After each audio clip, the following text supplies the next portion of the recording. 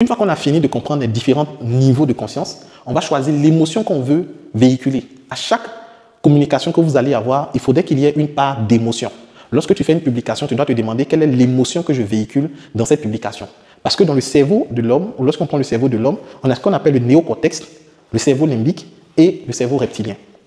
Le cerveau limbique, c'est le centre des émotions et des décisions. C'est pour ça que lorsque des gens touchent vos émotions, vous passez à l'action. Et quand on parle des émotions, il y a la joie, il y a la colère, il y a la peur, il y a la tristesse, il y a la surprise, le dégoût, la honte et puis la confiance. Donc vous devez choisir quelle est l'émotion que vous voulez véhiculer. Par exemple, vous lisez un post et puis dans ce post-là, vous remarquez que le fait que la personne s'est dépigmentée, après un accident ou lors de l'accouchement, elle n'a pas pu supporter la césarienne, elle est décédée. Quelle est l'émotion qui est véhiculée ici? La tristesse, la colère. Si vous suivez une histoire, on vous dit, ok, il y avait une dame qui devait préparer son mariage, mais à la veille, il y a, comment on appelle ça, son service traiteur qui l'a lâché et au dernier moment, elle a dû faire appel à telle structure qui a pu l'aider, qui a pu l'accompagner à préparer son événement à un jour. Et grâce à ça, le mariage s'est bien passé. Quelle émotion on véhicule? On véhicule une émotion de joie.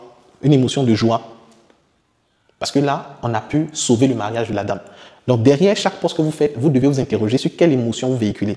Il faut choisir le support de communication. Et pour ça, il faut comprendre le principe de la communication ou le schéma de la communication.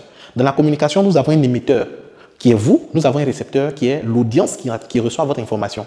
Et il y a le contexte d'échange qui peut être soit WhatsApp, Facebook, etc. Donc, lorsque vous devez mettre en place une stratégie de vente, vous devez comprendre qu'il existe des types de supports auxquels les gens seront sensibles. Je dis aux gens, à ce niveau-là, la communication digitale, c'est comme la pêche. La communication digitale, à ce niveau-là, c'est comme la pêche. Donc, ce qu'il faut savoir ici, je vais schématiser un peu. Ce qu'il faut savoir ici, c'est que nous avons l'eau. Nous avons l'eau. L'eau, ça symbolise quoi? Ça symbolise la plateforme que vous utilisez.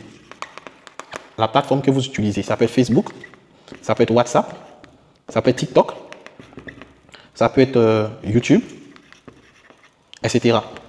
Donc l'eau, c'est la plateforme de communication. Dans cette eau-là se trouve le poisson. Excusez pour mon poisson. Se trouve le poisson. Donc, le ou les poissons. Voilà. Donc, ces poissons-là représentent quoi? Votre audience. Dans cette audience, il y a différents niveaux de conscience, ceux qui sont totalement inconscients, ceux qui sont conscients, ceux qui sont intéressés, ceux qui ne sont pas intéressés, etc. Donc, ça, c'est l'audience. Maintenant, vous devez capter votre audience. Vous êtes le pêcheur. Donc, vous avez l'hameçon qui est là. Et sur cette hameçon-là, vous devez mettre ce qu'on appelle un appât. Donc, l'appât ici, c'est quoi? C'est le contenu que vous allez mettre pour attirer vos poissons.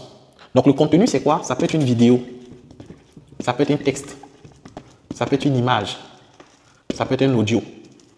Maintenant, en fonction du type d'eau dans lequel vous êtes et le type d'audience qui s'y trouve, il y a un type d'appât qu'il faut avoir. Par exemple, si tu es sur TikTok, tu dois comprendre que tu dois avoir comme appât des vidéos. Ça veut dire que si tu vas sur TikTok, tu acceptes de produire des vidéos. Donc, tu ne peux pas me dire que toi, tu veux vendre sur TikTok et puis tu as honte de faire les vidéos. Tu ne peux pas me dire que toi, tu veux vendre sur TikTok et puis tu ne veux pas montrer ton visage. Non, pêcher des poissons dans TikTok, pêcher des personnes dans TikTok, avoir des gens dans TikTok revient à créer des vidéos, à faire des lives.